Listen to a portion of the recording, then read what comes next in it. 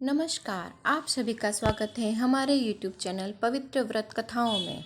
आज मैं आप सभी को गणपति जी की व्रत कथा सुनाने जा रही हूँ। एक बहुत समय पहले की बात है। एक गांव में एक ब्राह्मण परिवार रहता था। ब्राह्मण पत्नी भगवान में मन और हृदय में बसती थी। प्रतिदिन मंदिर जाती थी, देव दर्शन करती थी, आत्म कल्याण के कार्य किया करती थी। इतना करने पर भी उसमें एक कमी थी। वह अति कंजूस थी। किसी भी को दान दक्षिणा नहीं देती थी, भिक्षु को अनाज नहीं देती थी, पैसा भी कुछ नहीं देती थी। वह व्रत उपवास करने में माहिर थी। गणपति चौथ का व्रत करती थी।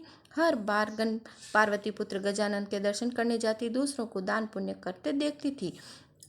एक बार उसके मन में विचार आया कि क्यों न मैं भी किसी ब्राह्मण को भोजन के लिए घर पर निमंत्रण करूं।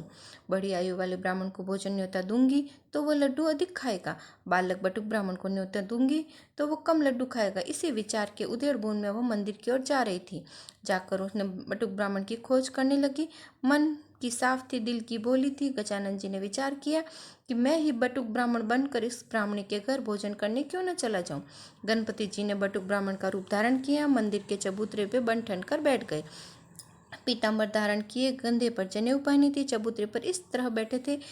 बटुक रूप में ब्राह्मणी देखकर इतनी हर्षित हुई मानो अंधे को आंखें मिल गई हो। उतावली से मंदिर में जाकर दर्शन किए और लौटकर बटुक ब्राह्मण के पास आई और बटुक से कहा, हे बटुक महाराज, क्या आप मेरे घर भोजन के लिए पधारेंगे। बटुक जी ने न्योता स्वीकार कर लिया और कहा, मैं भोजन की रसोई पवित्र स्थान में पवित्र मन से शुद्ध बर्तनों में पवित्र जल से बिना चखे बनाना, तब मैं तुम्हारे घर भोजन करने आऊँगा।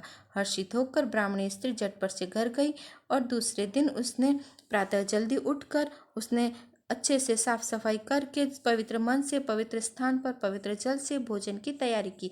भोजन बनाया है और भोजन था। बटुक महाराज जी को जिमने के लिए बिठाया है। बटुक का पेट छोटा जानकर स्त्री ने भोजन की थाल में एक लड्डू, दाल चावल सब्जी परोसे हैं। बटुक जी तो लड्डू तुरंत ही खा गए। स्त्री लड्डू परोसती रही। बटुक जी वामन गप से लड्डू खाते रहे। लड्डू तो पूरी तरह रसोई चट हो गई है और यह देख वह एकदम आश्चर्यचकित देखते ही रह गए कि रसोई के सारे बर्तन एकदम से खाली हैं। भोजन कितना तैयार किया था, सब कुछ बटुक जी महाराज के सागर रूपी पेट में समा गया। सिर्फ एक ही लड्डू शेष बचा। डकार लेते हुए उन्होंने कहा, अब मैं तृप्त हो गया हूँ, पूर्ण संतुष्ट हूँ। प्रसादी के रूप में यह एक लड्डू बचा है, उसे घर वालों में सब में मिलकर बांटकर प्रसाद ले लेना और मेरी जरूरत हो तो मैं मंदिर के चबूतरे पर ही मिल जाऊंगा। बटुक जी को भोजन, दक्षिणा और वस्त्र आदि देकर विदाई दी। बाई सोचने लगी कि वामन देखकर मैंने निमंत्रण दिया था, पर यह तो विराट से भी आगे निकला। रसोई समाप्त हो चुकी है, घर के लोगों ने क्या खाएंगे। नई रसोई बनाने का अब समय नहीं है। भोजन के लिए पतिदेव और बच्चे आ गए। पति ने कहा कि बटुक जी सब खा गए, एक लड्डू हम सबके पेट नहीं भरेगा कैसे। पति ने पत्तल उठाकर थाल में देखा। उन्होंने पाया कि थाल में चूरमे के लड्डू की जगह स्वर्ण का मोदक था। उन्होंने अपनी भोली भाली पत्नी से बोले कि गणपति स्वयं बटुक जी का रूप धारण करके भोजन करने पधारे थे। हम गणपति जी महाराज को पहचान नहीं सके, अब हम उन्हें गणपति जी को कहाँ ढूंढेंगे। पत्नी ने कहा कि वे तो मंदिर के चबूतरे पर ही मिल जाएंगे, वो मुझे बताकर गए हैं।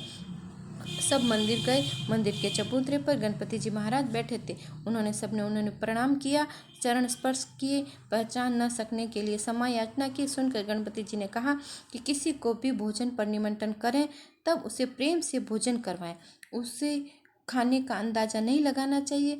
बोध हो ज्ञान देकर बटुक महाराज वहाँ से अंतर्ध्यान हो गए। उस दिन से ब्राह्मणी के घर में रिद्धि सिद्धि के भंडार भर गए। गणपति जी की कृपा उस ब्राह्मण पत्नी पर जिस प्रकार हुई, उसी तरह गणपति जी सब पर कृपा बरसाते रहे। बोलो गणपति महाराज की जय।